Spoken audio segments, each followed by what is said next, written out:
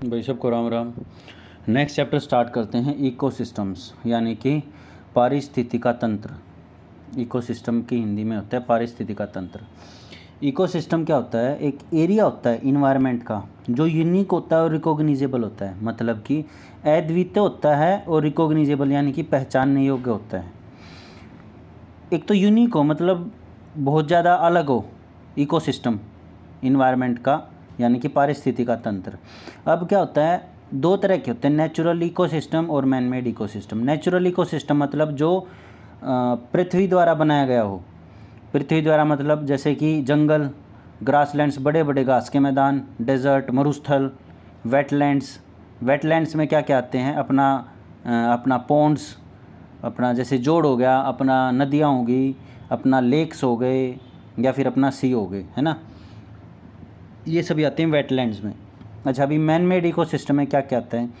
Man made में आता है जैसे इंसान के द्वारा बनाया गया पारिस्थितिका तंत्र।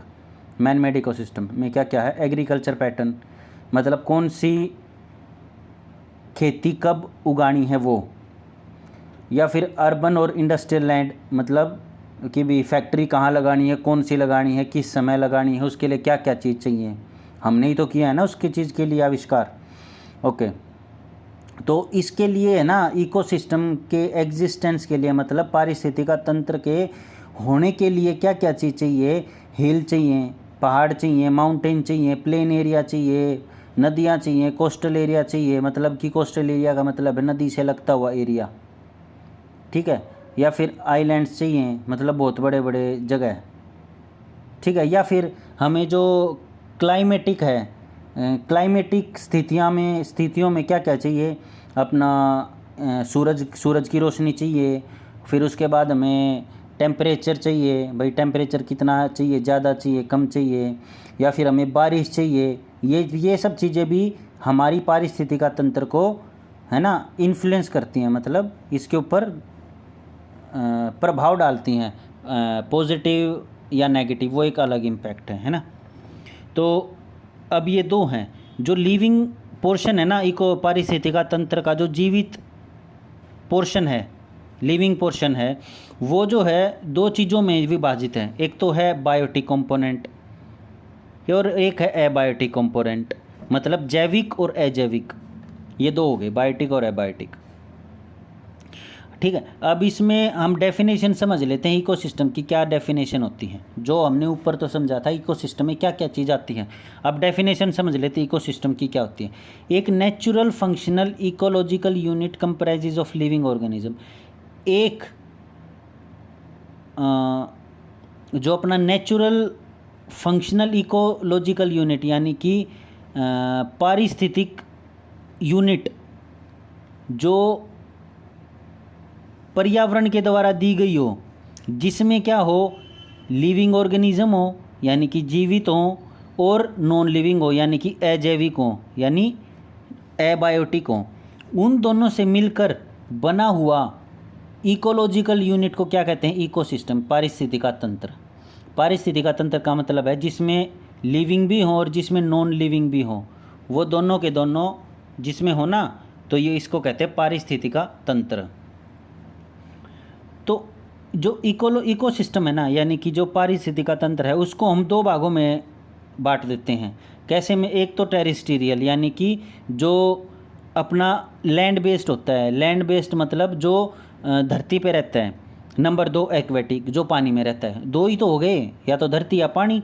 इकोसिस्टम दो तरह के होते हैं, या तो धरती का होगा या फिर पानी का होगा, और तो कुछ हो नहीं सकता, ठीक है। तो two major habitat condition of the living earth organ, तो ये दो तरह की हैं, बस यही कह रखा है।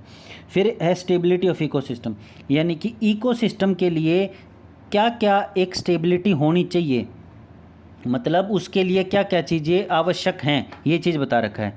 तो उसके लिए हैं पहाड़ वगैरह, ठीक, पहाड़ का होना बहुत ज़रूरी है इकोसिस्टम के लिए, तभी बारिश होगी, तभी टेम्परेचर होगा, तभी पेड़ पौधे उगेंगे, है ना, तभी अलग अलग वनस्पतियाँ होंगी, पेड़ पौधे होंगे, समझे। तो और अपना सोइल का, मिट्टी का होना बहुत ज़रूरी है। रिवर का होना, अलग अलग रिवर्स का आपस में मिलना, अलग अलग रिवर्स का आपस में विभाजित होना बहुत ज़्यादा ज़रूरी है। तो ये सब चीज़ें हैं। अब समझ लेते हैं हम स्ट्रक्चर और फंक्शन इकोसिस्टम का। देखो जो अपना इकोसिस्टम है ना, वो जो यानी कि पारिस्थितिक का तंत्र जो है ना, सबसे पहले किसने बताया था? सबसे पहले बताया था A.G. टेंसले ने। किसमें? 1935 में। ये नाम याद रख लेना, A.G. टेंसले 1935 में। इसने क्या कही थी? Ecosystem is an essential unit of ecology. जो पारिस्थितिक का तंत्र है ना, वो बहुत ज़्यादा ज़रूरी है, इकोलॉजी की एक यूनिट है, समझे, जिसमें इट हैज़ बोथ स्ट्रक्चर। इसमें क्या है? स्ट्रक्चर भी है और इसके जो है ना फंक्शंस भी हैं, अलग अलग तरह के। क्या क्या फंक्शंस होते हैं? अब क्या है, जो हर इकोसिस्टम के है ना, दो मेन की कंपोनेंट्स होते हैं, बहुत आवश्यक की कंपोनेंट्स, यानी कि प्रधान सिद्धांत जो होते हैं ना, वो दो हैं, एक तो एबायोटिक और एक बायोटिक, यानी कि जैविक और अजैविक। जैविक में क्या क्या चीज़ें आ जाती हैं? जैविक में आ जाती हैं कि भी पेड़ पौधे इस तरह की, और अजैविक में क्या आ जाती हैं? जो जीवित ना हो, जैसे कि अपना हवाएं, जैसे कि अपना क्लाइमेट, कैसे बारिश हो रही है, कैसे हवाएं चल रही है, कितनी सर्द हवा है, कितनी गर्मी है, तो ये बायोटिक में आ गई ना, सांस वगैरह। एबायोटिक बायोटिक की एक परिभाषा होती है। बायोटिक यानी कि जैविक वो होते हैं जो एक पर्टिकुलर समय के बाद अपना साइज़ में ग्रोथ करें, जैसे पेड़, जैसे इंसान, समझे। और सबसे मेन है ये, जो एक समय के बाद अपने साइज़ में पर्टिकुलर ग्रोथ करे, यानी कि उसका साइज़ कम या ज़्यादा हो। अब एबायोटिक कंपोनेंट दो तरह के होते हैं, यानी कि अजैविक, क्लाइमेट और एडेफिक। क्लाइमेट में क्या क्या आता है? क्लाइमेट में आता है जैसे बारिश होगी, तापमान हो गया, रोशनी होगी, हवाएं होगी, या फिर कितनी आर्द्रता है, मतलब कितनी हवा में अपना पानी का कितना प्रतिशत है, यानी कि ह्यूमिडिटी। और भी बहुत तरह के हैं। एडेफिक में क्या आ गया? एडेफिक में आ गया अपना सोयल, यानी कि मिट्टी, उस मिट्टी का पीएच वैल्यू। टोपोग्राफी, यानी कि वो मिट्टी किस किस तरह से बनी हुई है, कैसे वो बनी, कैसे नहीं बनी। टोपोग्राफिक मिनरल, उस मिट्टी के अंदर कौन कौन से तत्व पाए जाते हैं जो हमारी इकोसिस्टम बनने के लिए बहुत ज़्यादा ज़रूरी हैं, समझे। तो यही हो गया। जैसे अब टेम्परेचर हो गया, टेम्परेचर में बता देंगे कि भी कौन कौन से टेम्परेचर, किस किस तरह के, हाई टेम्परेचर, लो टेम्परेचर, समझे। अब हम अपने सोयल पढ़ लिया, तो सोयल में मिट्टी के प्रकार बता देंगे कैसे कैसे हैं, समझे। तो अब एटमॉस्फेयर है, एटमॉस्फेयर में, एटमॉस्फेयर का मतलब क्या है अपना, यानी कि अपना जो पेड़ अवशोषण प्रक्रिया करते हैं ना, प्रकाश संश्लेषण, फोटोसिंथेसिस, वो कैसे करते हैं? Photosynthesis, oxygen for respiration. जैसे प्रकाश संश्लेषण के लिए पेड़ पौधे क्या लेते हैं? कार्बन डाइऑक्साइड लेते हैं, छोड़ते क्या हैं? ऑक्सीजन छोड़ते हैं, जो हमारे इकोसिस्टम के लिए बहुत ज़्यादा ज़रूरी है, समझे, पारिस्थितिक तंत्र के लिए बहुत ज़्यादा ज़रूरी है। तो यानी कि पेड़ पौधे बहुत ज़्यादा ज़रूरी हैं इकोसिस्टम यानी कि पारिस्थितिक तंत्र के लिए। नेक्स्ट एक क्या है ना, वाटर सबसे ज़्यादा बहुत ज़रूरी है किसके लिए? ये अपना पारिस्थितिक तंत्र को आगे बढ़ाने के लिए। पेड़ बड़े किससे होंगे? मिनरल जो उसको मिलते हैं धरती से, और वो मिनरल पेड़ के ऊपर वाली टहनी तक कैसे जाएंगे? पानी के थ्रू। पानी तो नहीं लेके जाएगा, जड़ पानी को सोखेंगे, पानी के थ्रू मिनरल जाएंगे। तो मेन क्या है? पानी है। तो पानी क्या है? एक तरह का मीडियम है by which mineral nutrient enter को located in the plants. Same line बता दी इन लोगों ने। अब आ गया बायोटिक, एबायोटिक खत्म हो गया, बायोटिक आ गया। बायोटिक में क्या है? दो तरह के, ऑटोट्रोपिक और हेटेरोट्रोपिक, यानी कि जो जीवित जंतु हैं उसमें क्या है? पेड़, पशु, छोटे छोटे माइक्रो ऑर्गेनिज्म जैसे कि बैक्टीरिया, फंगी, ये इस तरह के जो हमारी इकोसिस्टम के लिए बहुत ज़्यादा ज़रूरी हैं।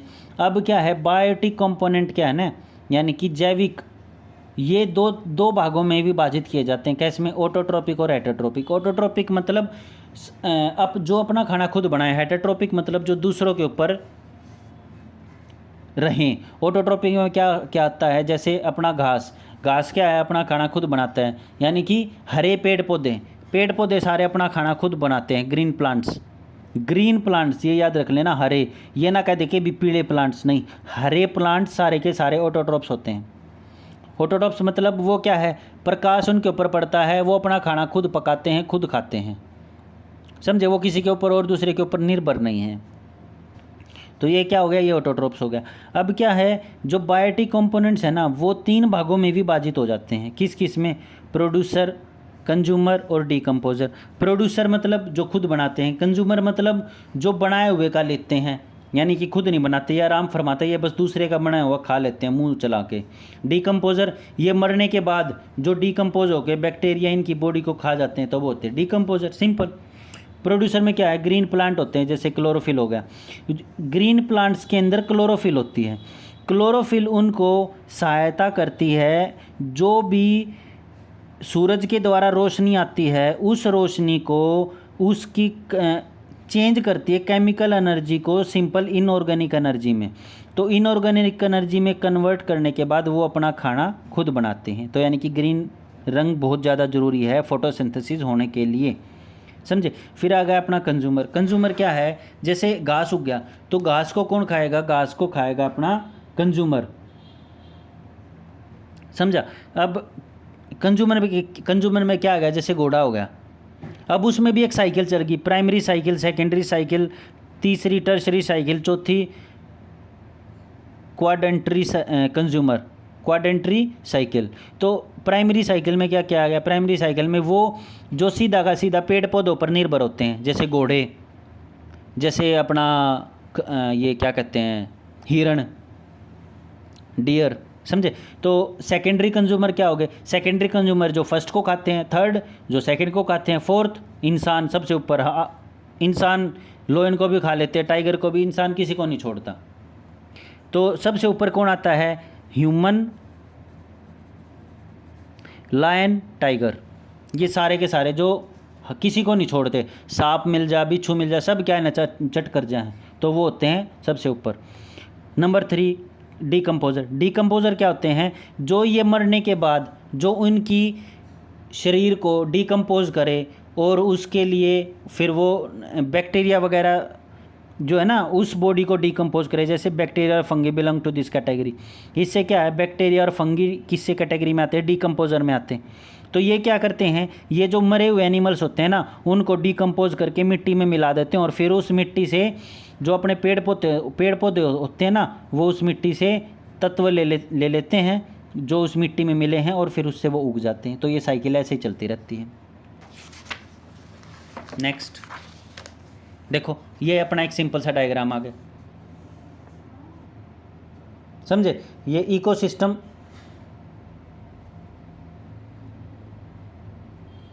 इकोसिस्टम में क्या, यानी कि पारिस्थितिक तंत्र, अभी तक हमने जो पढ़ा है ना वो सब इसमें है। एक बार ये देख लेना, रिवाइज कर लेना। इसमें क्या क्या है, पारिस्थितिक तंत्र, बायोटिक, एबायोटिक, यानी कि अजैविक, जैविक। अजैविक में क्या कहते हैं, क्लाइमेट और एडेफिक। एडेफिक में क्या कहते हैं, सोयल का पीएच वैल्यू, ह्यूमिनल टोपोग्राफी। क्लाइमेट में रेन, लाइट, विंड, टेम्परेचर। यहीं से क्वेश्चन आएंगे कि भी क्लाइमेट, एबायोटिक कंपोनेंट्स में क्या क्या है, और एक ये ठोक देगा मिनरल, और आप लोग मिनरल को ही ना चूज करके लाइट को लगाओगे, तो याद रख लेना।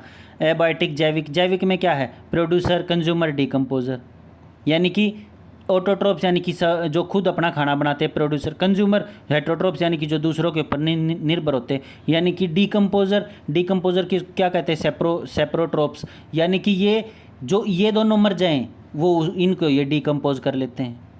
जैसे अपना पेड़ पौधे हैं, पेड़ पौधे को क्या करेंगे अपन लोग, ज़मीन के अंदर दबा देना तो वो धीरे धीरे डीकम्पोज होकर खाद बनने लग जाते हैं। तो किसकी वजह से होते हैं, बैक्टीरिया और फंगस की वजह से।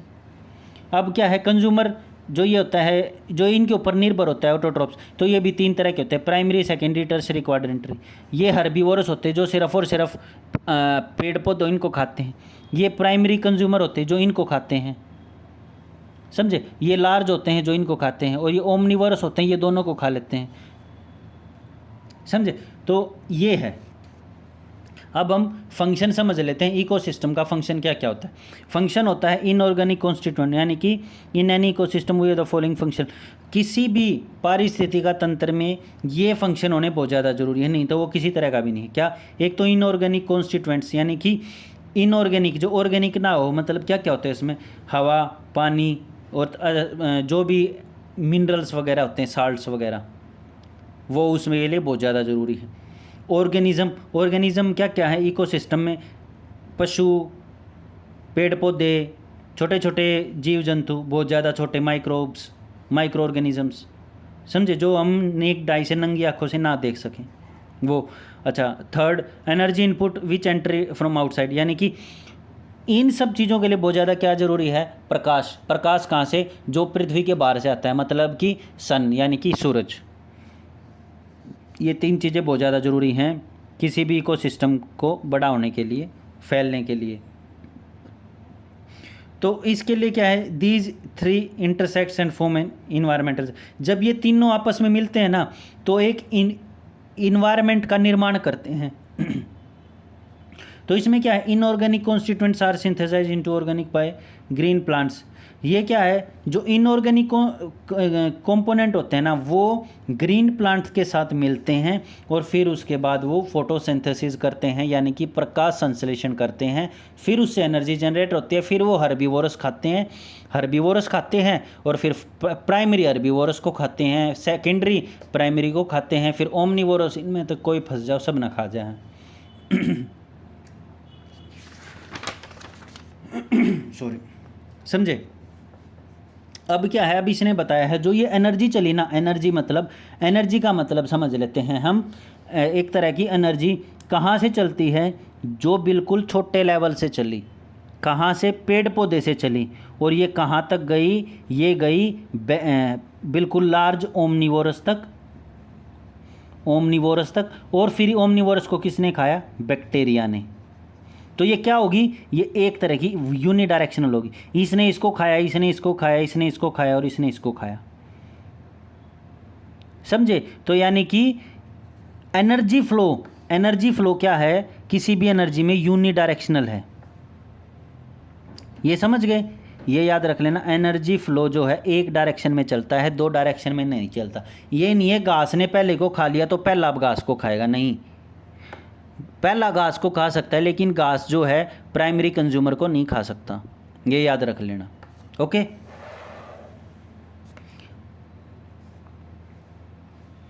अब इसमें क्या आता है? प्रोड्यूसर, कंज्यूमर और डिकम्पोजर। ये सारा का सारा पहले पढ़ा चुका हूँ। अब इसमें जो है ना एग्जाम्पल दे रखे हैं, एक बार ये यहीं पे रोक के और देख लेना। जैसे मैं एग्जाम्पल समझा देता हूँ इकोसिस्टम काम कैसे करता है। जैसे ये सूरज है, सूरज की रोशनी ग्रीन प्लांट्स के ऊपर पड़ती है। ग्रीन प्लांट्स जो है ना उसको कौन खाते हैं? प्रोड्यूसर, समझे? अब प्रोड्यूसर को कौन खाएगा? हर्बीवोरस को कौन खाएगा? अपना कार्निवोरस को मरने के बाद कौन खाएगा? पैरासाइट्स को कौन खाएगा? स्कैवेंजर्स। फिर ये अपना ये सारे के सारे ये डिकम्पोज हो जाएंगे, ये भी डिकम्पोज। तो ये क्या है? ये यहाँ पे बैक्टीरिया खा लेगा इन लोगों को।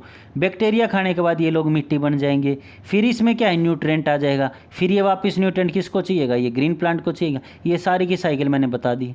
ये सारी की सारी बायोटिक होती हैं। न्यूट्रिएंट वगैरह ये सारी की सारी हवा, पानी, ये अपना एबायोटिक में आ जाते हैं। सिंपल, कोई वो नहीं है 3 2 5 कुछ करना ही नहीं इन चीज़ों में। अगर अपनी वीडियो पसंद आई तो भाई लाइक कर दिया करो, कमेंट छोड़ दिया करो कि हाँ भाई पसंद आई ना आई। मेरे को भी थोड़ा ये लगे कि हाँ भाई मैं शिक्षा प्रदान कर रहा हूँ तो लोगों को समझ में आ रहा है। और अगर अच्छा लगे तो चैनल को सब्सक्राइब कर लो। इस पर मैं अपना ग्रुप डी का, ग्रुप सी का सारा कंप्लीट कर दूंगा कि without any charges, free of cost. बस आप लोगों को कोई भी टेस्ट सीरीज़ खरीद लेना, टेस्ट बुक की, XYZ किसी की भी, और उसमें अपना टेस्ट लगाना दबा के। 3 चैप्टर कंप्लीट करवा चुका हूँ मैं अपना, 3-4 कैग करवा चुका हूँ, फाइनेंस कमीशन करवा चुका हूँ, इकोनॉमिक्स करवा चुका हूँ, Haryana economy, rural marketing, insurance, यानी कि part E economics and governance पूरा कंप्लीट करवा दे। ये पार्ट ई कम से कम आएगा 15 से 17-18 नंबर का आराम से आएगा। तो ये अपना अच्छे से तैयार कर लो, और आ जाए ज़्यादा नंबर का भी कोई नहीं भरोसा HSSC का। उसके लिए आप इसी चैनल की अपना इनसाइट इन बुक्स की CET मेंस की प्लेलिस्ट में जा सकते हैं, जहाँ से आपको सारे के सारे लेक्चर्स मिल जाएंगे। चलो अब आगे चलते हैं। ओके, तो ये क्या है ना, डीकम्पोजर जो है ना, जो डीकम्पोज करते हैं लोगों को, यानी कि जो कोई भी चीज़ मर जाए तो उसको कौन मिट्टी में मिलाएगा, यानी कि मिट्टी की तरह उसको क्या कौन बनाएगा, डीकम्पोजर। तो डीकम्पोजर भी जो है ना दो भागों में हम विभाजित करते हैं। कौन, एक तो डेट्रीवोरस और एक सेप्रोट्रोप्स, जो भी पीछे समझाया था डायग्राम में। डेट्रीवोरस क्या होता है, ये ऑर्गेनिज्म होते हैं जो इंटरसेक्ट करते हैं नॉन लिविंग ऑर्गेनिक मैटर के साथ, जो अजीव वो होते हैं ना उसके साथ इंटरसेक्ट करके फिर ये आगे चलते हैं। जैसे इसमें क्या क्या इसमें इंक्लूड होता है, अर्थवॉर्म, बिटल्स, और भी बहुत तरह के इनवर्टिब्रेट्स, यानी कि जिसमें रीढ़ की हड्डी नहीं होती, इनवर्टिब्रेट्स, वो सब चीज़ें। अब क्या है, सेप्रोट्रोप्स। सेप्रोट्रोप्स वो ऑर्गेनिजम्स होते हैं जो लिव होते हैं, जो जीते हैं ऑन और इन नॉन लिविंग ऑर्गेनिज्म, अजीव ऑर्गेनिक मैटर्स के ऊपर, या तो इनके ऊपर जीते हैं या इनके लिए जीते हैं। और ये क्या है, scattering digestive enzymes into it, और ये क्या है, खाते हैं और ये पचाते जाते हैं और पीछे से अपना जो है ना प्रोडक्ट्स वो निकालते चले जाते हैं, मिट्टी वगैरह। इसमें क्या है, बैक्टीरिया और फंगस।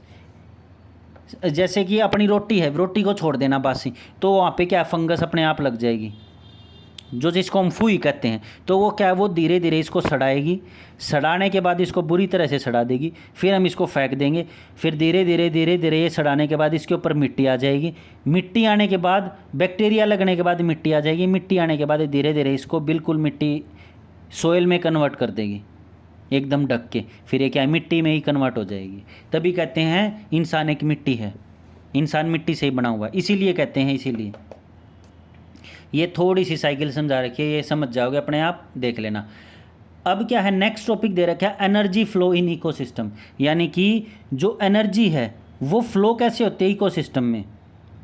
ठीक है, वो तो मैंने समझा दिया। डीकम्पोजर में यूनी डायरेक्शनल में होती है, यूनी डायरेक्शनल यानी कि एक डायरेक्शन में चलती है हमारी क्या, एनर्जी। अब ये है, ये अलग ही टॉपिक दे रखा है इकोसिस्टम में एनर्जी।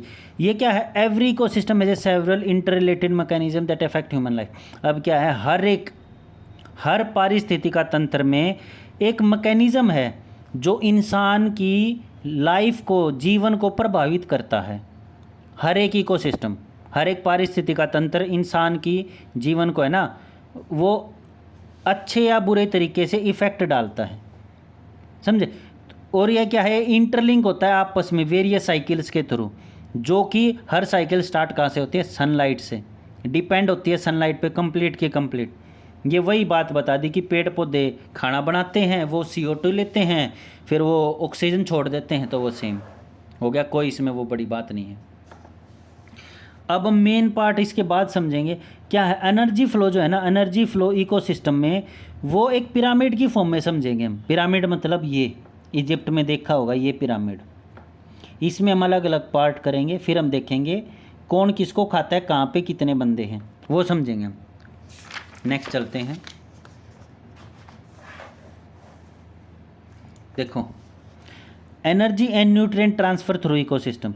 इसमें क्या होता है, सन प्रोड्यूसर जो पेड़ पौधे हो गए, ठीक है, कंज्यूमर जो पेड़ पौधों को खाते हैं, डीकम्पोजर जो कंज्यूमर जो मर जाते हैं उनको डीकम्पोज कर देते हैं, इनऑर्गेनिक न्यूट्रिएंट पुल जो ये मरने के बाद मिट्टी में कन्वर्ट हो जाते हैं तो इनऑर्गेनिक होते हैं। इन सब में करते क्या हैं, ये हर एक प्राणी प्रोड्यूसर जो है ना, जैसे पेड़ पौधे हो गए, वो एक कॉन्टीन्यूस मात्रा में, लगातार मात्रा में हीट को छोड़ते रहते हैं, सेम कंज्यूमर छोड़ते हैं। इंसान है ना, इंसान की भी बॉडी के पास अगर आप ध्यान से देखोगे ना, हमारी जैसे ये मेरा हाथ है और आप ऐसे इसके ऊपर कुछ दूरी तक रखोगे ना, तो आपको ये लगेगा कि हाँ इंसान के हाथों में भी हीट है। आप महसूस करोगे कि हाँ भाई हमारे हाथों से भी हीट निकल रही है। तो वो क्या है, हर एक साइकिल में हीट निकल रही है। तो ये क्या है, ये एनर्जी तो है, और क्या है। अब ये क्या है, हम एनर्जी का पिरामिड समझ लेते हैं, ये बहुत ध्यान से समझते हैं, ये बहुत ज़्यादा ज़रूरी है। ये डायरेक्ट आता है, एनर्जी का पिरामिड क्या है, ऊपर टिका हुआ है। ऊपर की तरफ कैसे, यानी कि सबसे पहले आता है प्रोड्यूसर, यानी कि प्रोड्यूसर जो है ना 10,000 किलो कैलोरीज प्रोड्यूस मतलब लेते हैं ये लोग, यानी कि जितने ज़्यादा पेड़ पौधे उतनी ज़्यादा ये लोग एनर्जी लेंगे सन से, समझे। सेकंड, प्राइमरी कंज्यूमर, इतनी एनर्जी थी, बहुत ज़्यादा एनर्जी तो इनने कर ली क्योंकि पेड़ पौधे बहुत ज़्यादा होते हैं। अब जो पेड़ पौधों को खाने वाले होते हैं वो कम होते हैं पेड़ पौधों के मुकाबले, तो यानी कि इनके पास एनर्जी कम होगी। अब जो सेकेंडरी होते हैं वो प्राइमरी से कम होते हैं, तभी वो सेकेंडरी को खा के पेट भरवाते हैं। अगर सेकेंडरी कम होंगे तो यानी कि उनकी एनर्जी भी कम होगी। टर्शरी, टर्शरी में जैसे शेर हो गए, चीता हो गए, बाघ हो गए, ये कम है, बहुत ज़्यादा कम है, इन सब से कम है, तो यानी कि इनके पास एनर्जी और ज़्यादा कम होगी। तो ये एनर्जी का सोर्स है। जैसे जैसे हम पिरामिड में ऊपर जाते हैं वैसे वैसे एनर्जी कम होती रहती है, ये याद रख लेना, ये डायरेक्ट पेपर में आता है। Decrease rate of energy flow, यानी कि जैसे जैसे हम ऊपर जाएंगे वैसे वैसे एनर्जी का जो फ्लो है वो कम होता जाएगा, बस इतना याद रख लो। अब है इकोलॉजिकल सक्सेशन, यानी कि जो अपनी पारिस्थितिक का तंत्र है उसमें सक्सेशन कैसे होता है, मतलब इसके बाद क्या आएगा, इसके बाद क्या आएगा, कैसे डिफाइन होता है वो दे रखे हैं। इसमें क्या है, इसमें है इकोलॉजी है ना, पारिस्थितिक का तंत्र, जो इकोलॉजिकल सक्सेशन के थ्रू है ना, धीरे धीरे समय के अनुसार चेंज होती रहती है। जैसे हम पहले छोटे हैं, समय के अनुसार हम फिर बड़े हुए, एडल्ट हुए, फिर हम जो हैं और बड़े हुए, फिर हम जो हैं और बड़े हुए, फिर हम जो हैं बूढ़े हो गए, तो एक साइकिल है ना। वैसे ही इकोलॉजिकल सक्सेशन में एक साइकिल है, पहले छोटा होगा, फिर उसके बाद और बड़ा होगा समय के अनुसार, फिर उसके बाद और बड़ा होगा। तो ये है, ये क्या है, डेवलपमेंट स्टेज, यानी कि डेवलपिंग स्टेज में पारिस्थितिक तंत्र में एक pioneering stage of a series change, इससे serial stage and final stage. जो क्या है, देखो अब क्या है, छोटा बच्चा है, इसको तो कह दिया इन लोगों ने सीरियल स्टेज, यानी कि जो बिल्कुल पैदा हुआ है, और जो फाइनल स्टेज यानी कि बूढ़ा होगा इसको कह दिया क्लाइमेक्स स्टेज, ये याद रख लेना। यानी कि छोटे वाले को बोल दिया सीरियल, और जो बिल्कुल मैच्योरिटी लेवल पे आ चुका यानी कि बिल्कुल लास्ट में आ चुका तो उसको कह दिया क्लाइमेक्स, कि भाई ये तो क्लाइमेक्स स्टेज आ गया, ठीक है। तो क्या है, सक्सेशन जो है ना दो तरह की होती हैं, क्या, एक तो प्राइमरी और एक सेकेंडरी। इतनी तो हिंदी, इतनी तो इंग्लिश आप लोगों को सभी को समझ में आ रही होगी। जितनी मुश्किल होती है उसका मैं मीनिंग आप लोगों को सरल भाषा में समझा देता हूँ। प्राइमरी सक्सेशन में क्या होता है, ये उस रीजन में होती है, यानी कि उस एरिया में होती है जहाँ पर मिट्टी is incapable of sustaining life, जहाँ की जो मिट्टी है ना उसके अंदर इतनी शक्ति नहीं होती कि वो अपने आप कुछ भी चीज़ों को उगा सके, हमें उसको अलग से सहायता प्रदान करनी पड़ती है, तो उसको कहते हैं प्राइमरी सक्सेशन। तो इसमें क्या क्या आ गया, जैसे लावा, जो लावा अपना फूटता है ना, लावा, तो इसमें क्या है, इसके अंदर इतनी शक्ति नहीं है कि ये कि अलग से इकोसिस्टम बना सके, नहीं।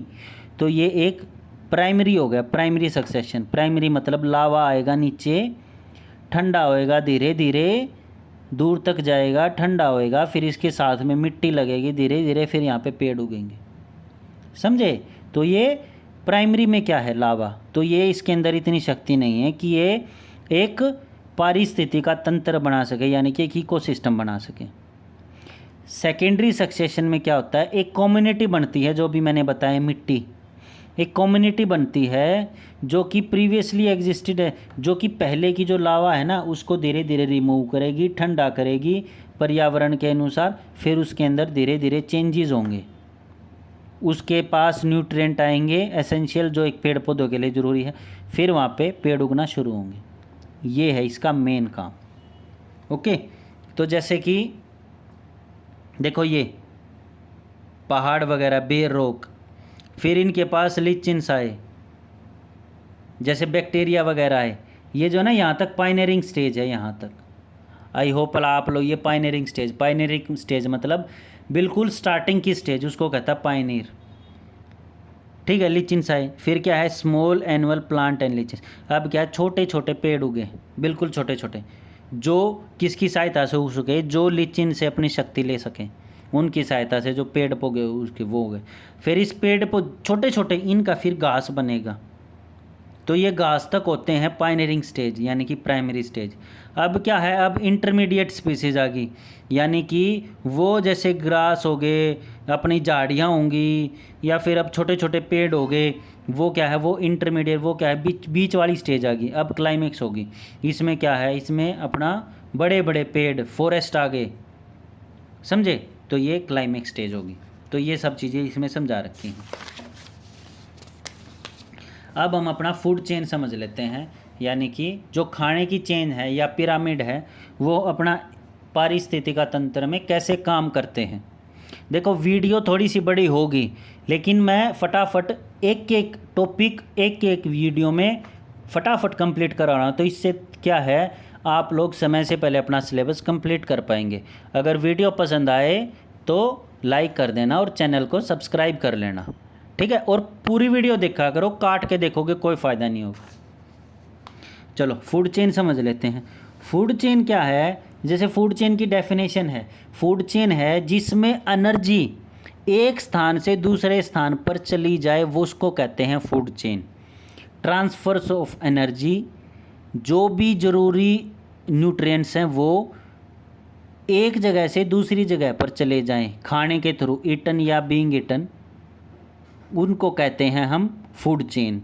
जैसे कि पानी का लगवा लेते हैं हम, एक्वेटिक का, एक्वेटिक के अंदर होते हैं छोटे छोटे शेल्स वगैरह, इनको कौन खाती हैं, मछलियाँ। मछलियों को कौन खाती हैं, बड़ी मछलियाँ। बड़ी मछलियों का शिकार कौन करते हैं, इंसान। देखो जो इसके अंदर न्यूट्रिएंट्स थे ना, एसेंशियल, बहुत ज़रूरी, जो, तो वो किसने खाए, इसने। अब जो इसके अंदर न्यूट्रिएंट थे वो किसने खाए, इसने। अब जो इसके अंदर न्यूट्रिएंट आ गए वो कौन खाएगा, इंसान। तो क्या हो गया, न्यूट्रिएंट भी आगे चली, जो इसकी एनर्जी थी वो इसके अंदर आई, और इसकी इसके अंदर, और फिर इसके किसके अंदर आई, इसके अंदर, और ये मरने के बाद कहाँ जाएगा, मिट्टी में कन्वर्ट हो गया। मिट्टी कहाँ जाएगी, पेड़ पौधे सूखेगी, तब वो एनर्जी फिर पेड़ पौधों को मिल गई। तो यानी कि क्या है, न्यूट्रिएंट और एनर्जी जो एक स्थान से दूसरे स्थान तक जाए, किसके थ्रू, या तो खाओ या फिर किसी का और का खाने का साधन बनो, उसके थ्रू एनर्जी और न्यूट्रिएंट एक स्थान से दूसरे स्थान तक जाएं, एक प्रजाति से दूसरी प्रजाति तक जाएं, उसको कहते हैं फूड चेन।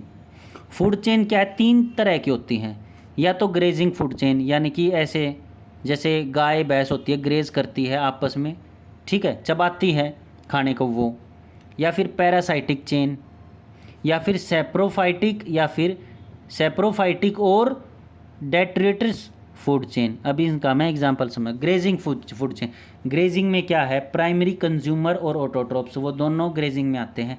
ये मैंने पहले समझा दिया क्या क्या होता है। ऑटोट्रोप्स जो अपना खाना खुद बनाए संश्लेषण की प्रक्रिया से, और प्राइमरी क्या है, जो इनको खाए। ये क्या है, ये दोनों प्राइमरी में आते हैं। पैरासाइट में क्या क्या आते हैं, जो कि इट गोज़ फ्रॉम, ये बड़े ऑर्गेनिज्म से लेके और स्मॉलर ऑर्गेनिज्म तक सब कुछ इसके अंदर आते हैं। Without overwrite killing in case of predator, जो किसी को मारे नहीं, समझे, बिना मारे उसका न्यूट्रिएंट अपने अंदर लें, यानी कि बिना मारे, या तो वो मर जाएं अपने आप, या फिर वो उसके अंदर निर्भर होके उसकी सारी की सारी उसके विटामिन चूसें।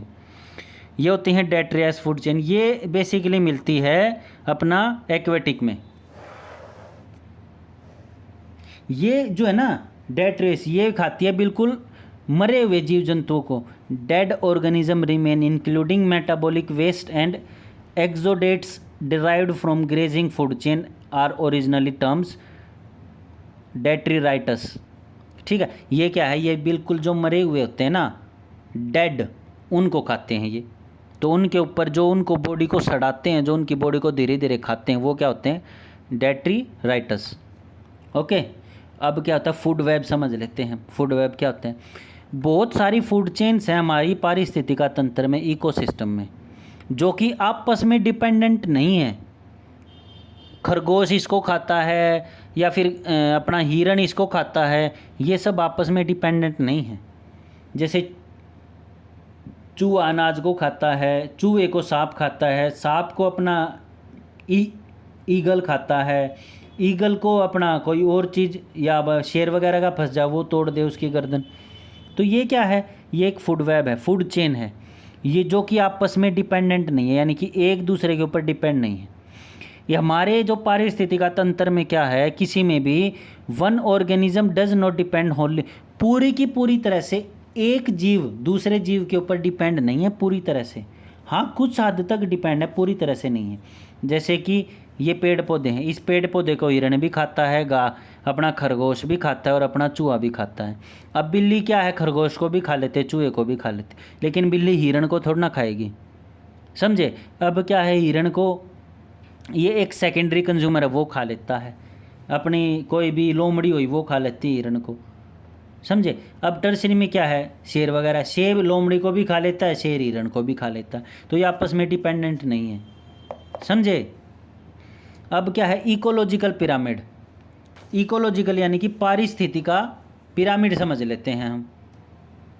इकोलॉजिकल पिरामिड क्या है, ये जो है ना, ये दिया था टर्म किसने दी थी, C.E. एल्ट्रॉन ने 1927 में, वो किस में दी थी 1935 में, ये 1927 में, ये पहले दे दी थी पिरामिड की, समझे। ये C.E. एल्ट्रॉन ने दी थी।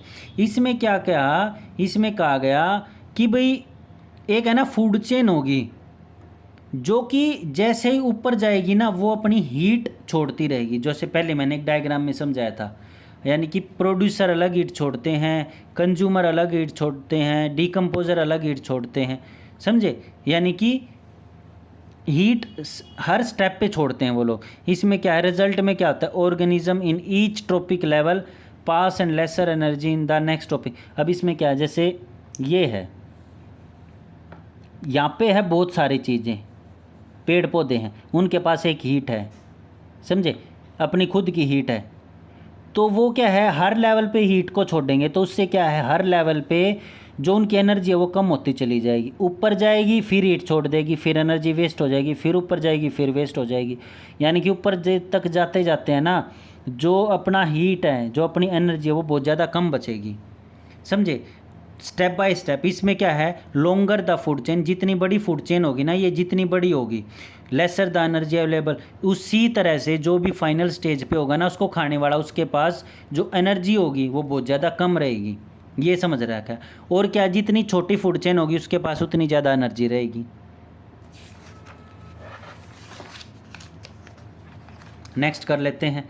अब क्या है, इकोलॉजी के जो पिरामिड है ना, उसमें क्या है, तीन तरह से वो डिवाइड हो जाते हैं। क्या, एक तो नंबर में, एक बायोमास में, बायोमास मतलब वेट में, मतलब किसका कितना वेट है, एक एनर्जी की फॉर्म में।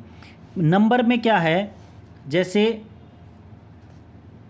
ये है ना पिरामिड ऑफ नंबर, इसमें क्या है, जैसे number of individual in producer and in different order of consumer in an ecosystem, the base of pyramid represent most abundant. इसमें है जैसे डायटम्स है ना नंबर में, ये जैसे हम समझ लेते हैं किसी भी लेक का, लेक मतलब पानी की जगह का समझ लेते हैं। डायटम्स, डायटम्स मतलब बहुत छोटे छोटे जीव होते हैं, समझे, जो कि सोपीपोड्स, ये इनकी मात्रा में कम होते हैं तो ये इनको खाएंगे। स्मॉलर फिशेस होती हैं वो इनसे कम होती हैं तो ये क्या है, इनको खाएंगी धीरे धीरे। लार्ज फिशेस स्मॉल फिशेस को खाएंगी। तो इससे क्या है, इससे जो हीट है ना, एनर्जी है, एनर्जी वो ऊपरले लेवल तक बहुत कम एनर्जी बचेगी, इतनी एनर्जी बचेगी नहीं जितनी नीचे लेवल पे होगी, समझे। तो ये खाते रहते हैं। अब पिरामिड ऑफ बायोमास, बायोमास का हम समझ लेते हैं। बायोमास में क्या है, जो वेट से मतलब है, यानी कि उस फूड चेन में कितने बंदे हैं, यानी कि कितने जीव जंतु हैं, member of food chain present at one time from the pyramid of biomass of organism, समझे, कितने मेंबर ऑफ फूड चेन है उस बायोमास में, ये इससे तात्पर्य ये है।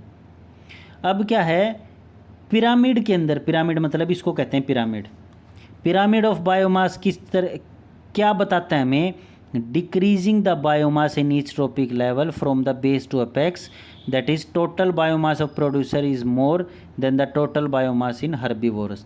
तो ये कह रहा है कि भी जैसे ही हम decreasing the biomass in each trophic level from the base to apex, जैसे ही हम नीचे से ऊपर जाएंगे ना, अपेक्स मतलब सबसे ऊंची चोटी को कहते हैं अपेक्स, यानी कि सबसे नीचे से हम ऊपर जाएंगे ना, तो उस तरह से जो उसका बायोमास है ना, नंबर है, वो कम होता रहेगा। यहाँ ज़्यादा है, यहाँ कम है, यहाँ और ज़्यादा कम और यहाँ और ज़्यादा कम हो जाएगा। यही बता रहा है और क्या, कुछ भी नहीं बता रहा। कैसे? जैसे कि ये ऑटोट्रॉप्स भी इतने ज़्यादा होते हैं, हर्बीवोरस और ज़्यादा कम होते हैं, प्राइमरी कार्निवोरस जो हर्बीवोरस को खाते हैं कम होते हैं, ये और ज़्यादा कम होते हैं और ज़्यादा। तो ये मैंने पहले बता दिया आप लोगों को, सेम है, यानी कि डिक्रीजिंग ऑफ बायोमास जैसे ही हम ऊपर जाते हैं। अब क्या है, पिरामिड की एनर्जी समझ लेते हैं हम। एनर्जी सेम बताई थी मैंने पहले, सेम वो है। एनर्जी क्या है, यूनि डायरेक्शन में चलती है, यानी कि एक ही डायरेक्शन में चलती है, दो डायरेक्शन में। यहाँ से नीचे नहीं आ सकती, नहीं, यहाँ से ऊपर ही जाएगी एनर्जी। और क्या है, जितनी ऊपर जाएगी उतनी कम होती रहेगी। ये अभी मैंने बताया था, इसके पास जितने ज़्यादा उतनी ज़्यादा एनर्जी, जितना कम उतनी कम एनर्जी। समझे? ये इसको खाते हैं तो ये इसकी एनर्जी भी लेते हैं, लेकिन इनकी स्ट्रेंथ कम है तो धीरे धीरे एनर्जी कम होती रहती है। सेम है, ये याद रख लेना कि ऊपर जाते टाइम क्या कम होता है, नीचे आते टाइम क्या ज़्यादा होता है। जैसे इसमें नीचे आते टाइम क्या ज़्यादा है, इनकी स्ट्रेंथ ज़्यादा है, यानी कि इनका नंबर ज़्यादा, और ऊपर आते टाइम क्या कम है, इनकी एनर्जी कम है। समझे?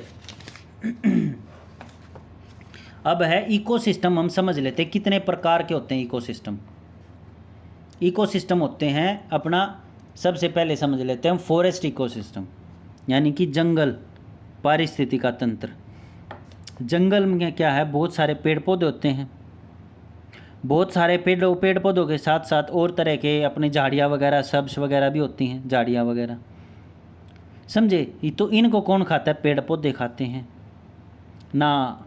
इन पेड़ पौधों को कौन खाता है? अपना छोटे छोटे जीव जंतु जो हर्बीवोरस होते हैं, जो यानी कि जो अपना घास के ऊपर निर्भर होते हैं, जैसे चूहे, जैसे अपना ये हिरण, डियर।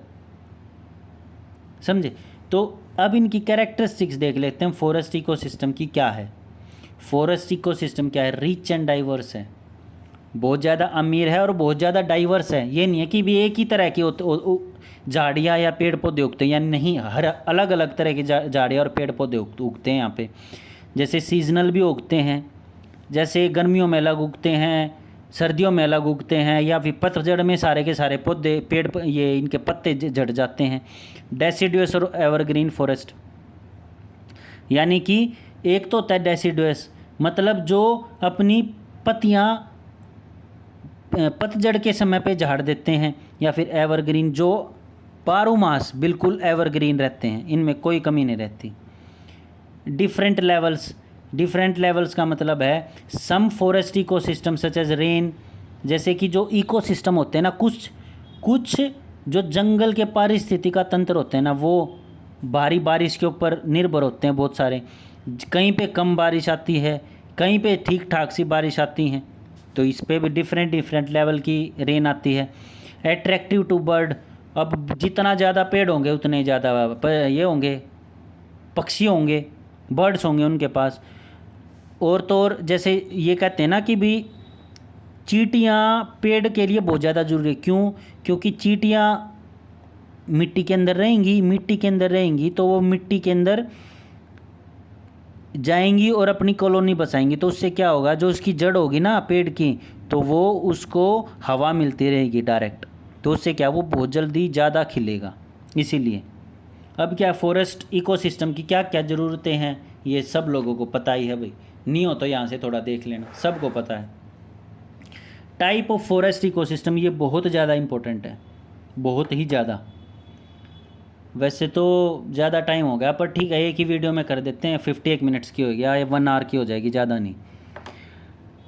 टियागा होता है जो बिल्कुल बहुत ज़्यादा वहाँ पे उगे, जैसे कि बर्फ़ की जगह में, जैसे आर्टिक सर्कल्स में, आर्टिक ओशंस में, जहाँ पे बहुत ज़्यादा बर्फ़ हो, जैसे एक्सट्रीम नॉर्थ में। समझे, ये अपनी पृथ्वी है जो यहाँ पे हो गई बिल्कुल सर्दी, जहाँ पे बहुत ज़्यादा सर्दी हो, धूप आती ना हो, उसको कहते हैं टियागा। ठीक है, वहाँ देखना पेड़ पौधे ऐसे होंगे बिल्कुल सीधे, ज़्यादा नहीं फैले होंगे, और ये बिल्कुल ऐसे झाड़ियाँ सी होंगी, ऐसे इस तरह के पेड़ पौधे होंगे वहाँ पे। रेन फॉरेस्ट, जहाँ पे ह्यूमिडिटी बहुत ज़्यादा हो और ये यहाँ पे बारिश बहुत ज़्यादा होती हो, उनको कहते हैं रेन फॉरेस्ट। ये आ सकता है, ये याद रख लेना, टियागा। इसको ये कह सकते हैं कि भी अंटार्कटिका में जो पेड़ पौधे उगते हैं या आर्टिक सर्कल में जो पेड़ पौधे उगते हैं उनको क्या कहते हैं, टियागा। बोरियल फॉरेस्ट, बोरियल फॉरेस्ट होते हैं जो कि सब आर्टिक जोन में उगते हैं।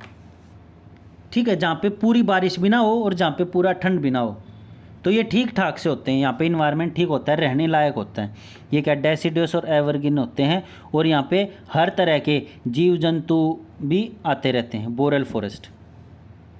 ठीक है, टेम्परेट जोन, टेम्परेट जोन क्या है, जैसे अपना दो टेम्परेट की, जैसे ये इक्वेटर होगी, ये ट्रॉपिक ऑफ कैंसर हो गया, ये ट्रॉपिक ऑफ कैप्रिकॉर्न हो गया, इनके बीच में टेम्परेट जोन होता है।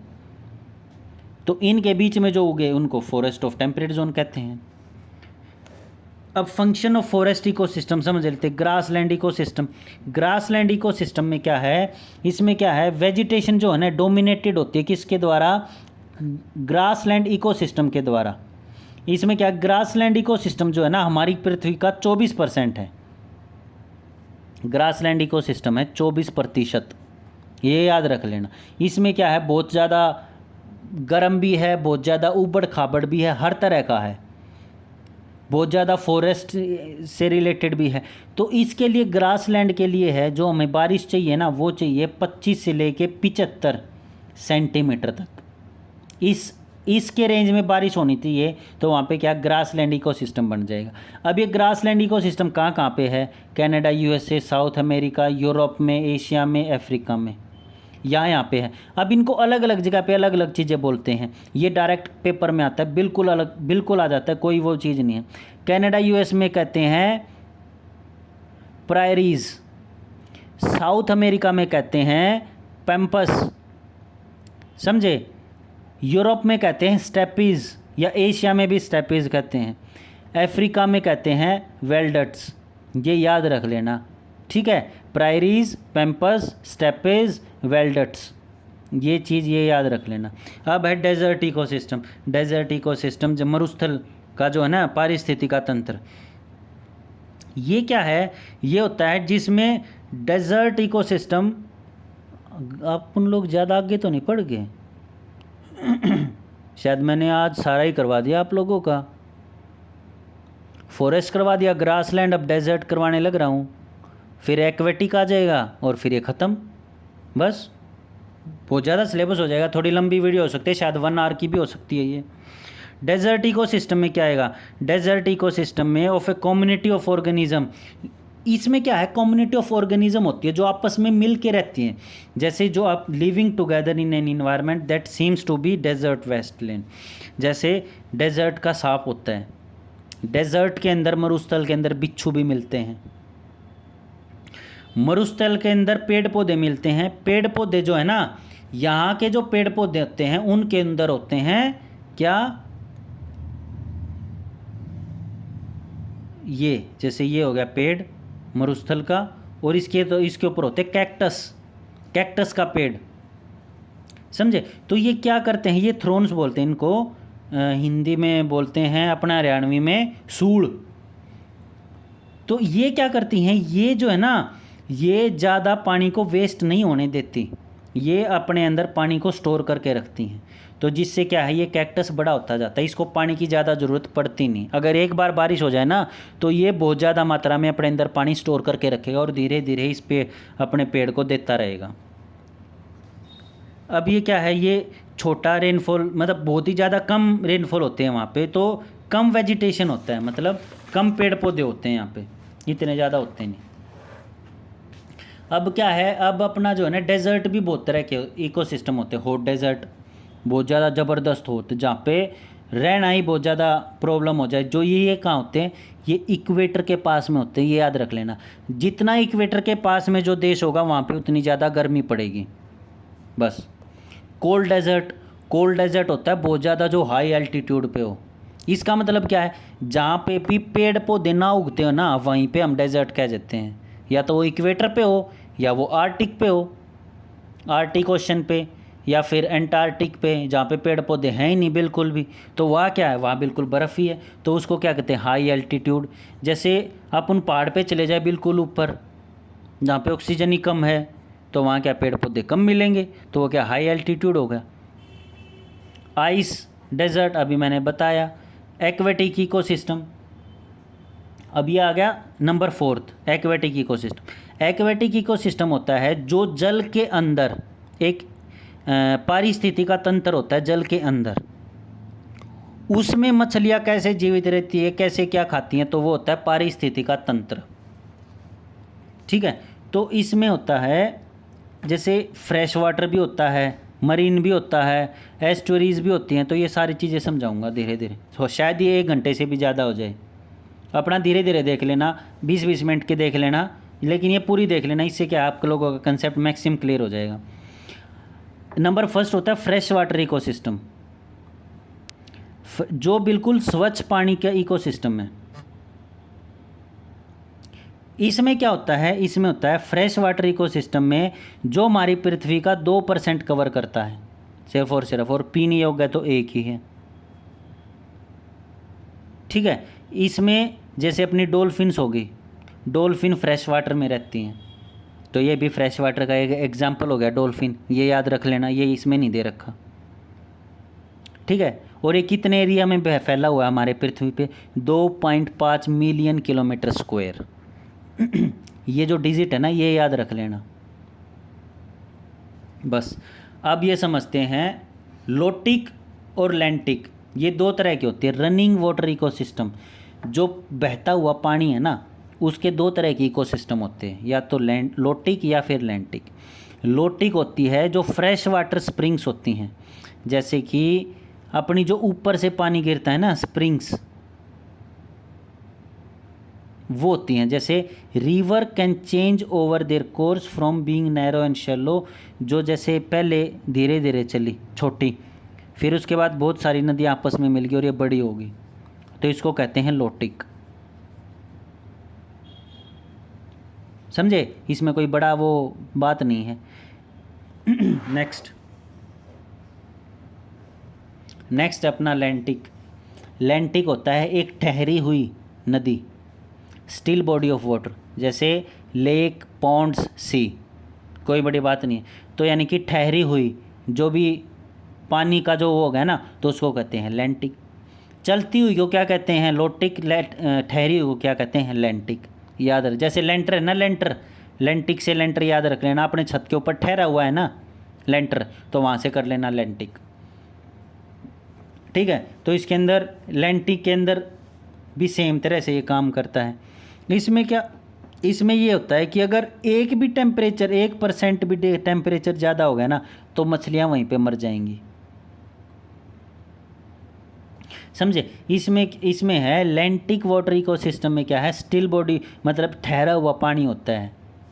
समझे, जो कि लैंटिक वाटर स्टिल जो सिस्टम है ना, वो बहुत सारी मल्टीपल लेयर्स होती हैं। अब ठहरा हुआ पानी है तो भाई नीचे का अलग पानी होगा, ऊपर बीच का अलग होगा, ऊपर का अलग होगा, तो इनको क्या क्या कहा है, हाइपोलिमोनियन,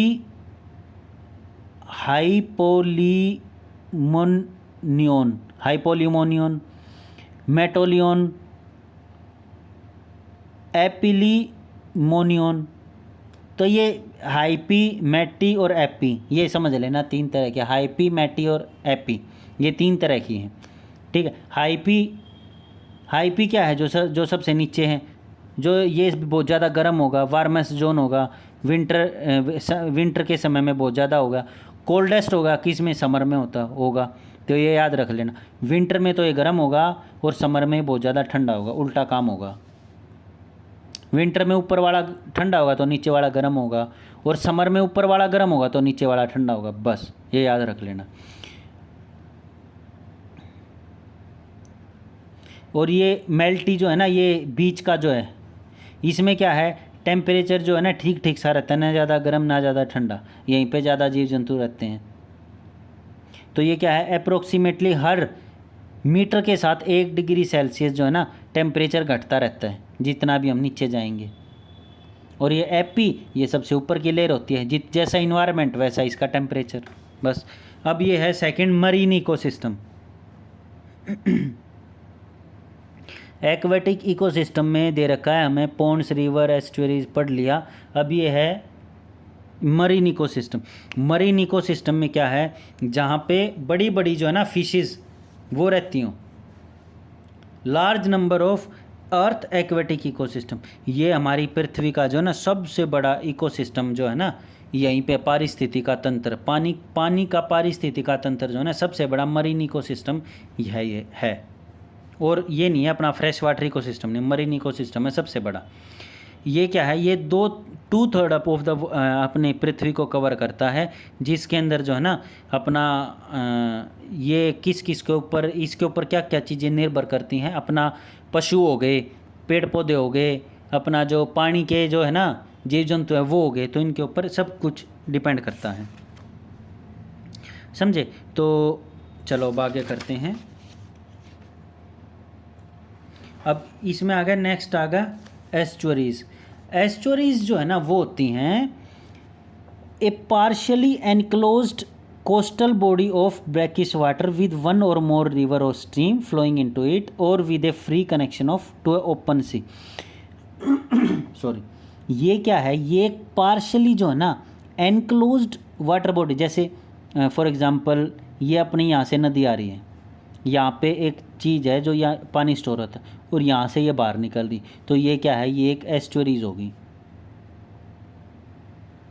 समझे? यहाँ से पानी आया, यहाँ स्टोर हुआ और धीरे धीरे आगे जाता रहा, तो इसको कहते हैं एस्चुअरीज।